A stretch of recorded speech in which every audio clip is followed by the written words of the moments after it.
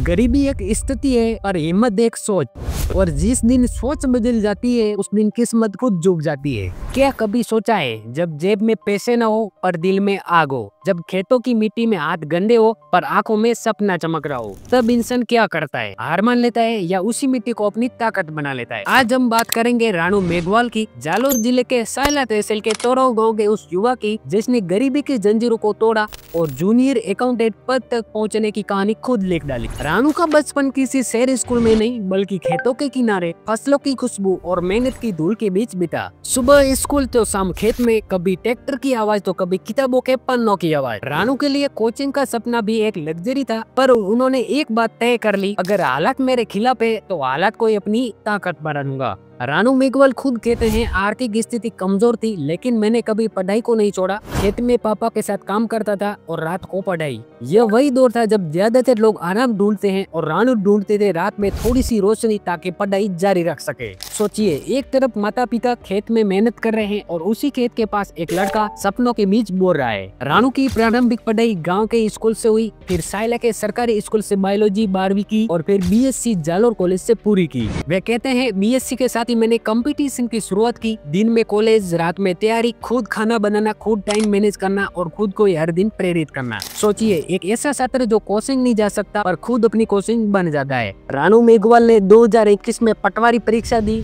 Normal exam से बाहर हो गए, वीडियो परीक्षा में 1 नंबर से रह गए, वनपाल, वन रक्षक, रेलवे ग्रुप सब में पास तो हुए लेकिन फाइनल तक नहीं जा पाए। कई लोग यहाँ रुक जाते हैं, कहते हैं शायद किस्मत नहीं थी, लेकिन रानू ने कहा, किस्मत नहीं बदलती, जिद बदल देती है। कुछ समय बाद उन्हें बोधि फाउंडेशन सूरतगढ़ में रहने का मौका मिला। वहीं से उन्होंने फिर से पढ़ाई शुरू की, इस बार लक्ष्य का जूनियर अकाउंटेंट। सफलता कभी अकेले नहीं मिलती। उन्होंने कहा, मेरे साथ अच्छे रूम पार्टनर रहे, शरोनी जी, जयंती जी, रतन, उत्तम, नितेश, हरीश, जिनसे हर दिन कुछ सीखने को मिला। रानू ने जालोर के मेघवाल समाज हॉस्टल में रहकर पढ़ाई की। वहाँ वार्डन जय नारायण परियार साहब का मार्गदर्शन मिला। उनका मोटिवेशन, अनुशासन और व्यवहार ने मुझे बहुत सिखाया। कई बार हम सोचते हैं सफलता के लिए बड़ा शहर चाहिए, महंगी कोचिंग चाहिए, कनेक्शन चाहिए, लेकिन रानू की कहानी बताती है सफलता के लिए बस एक चीज चाहिए, खुद पर यकीन। और फिर वो दिन आया जब रानू मेघवाल ने जूनियर अकाउंटेंट की ज्वाइनिंग लेटर अपने हाथ में थामी। माँ की आंखों में आंसू थे, पिता के चेहरे पर गर्व था और आसमान में वो सपना जो कभी छोटा था अब हकीकत बन चुका था।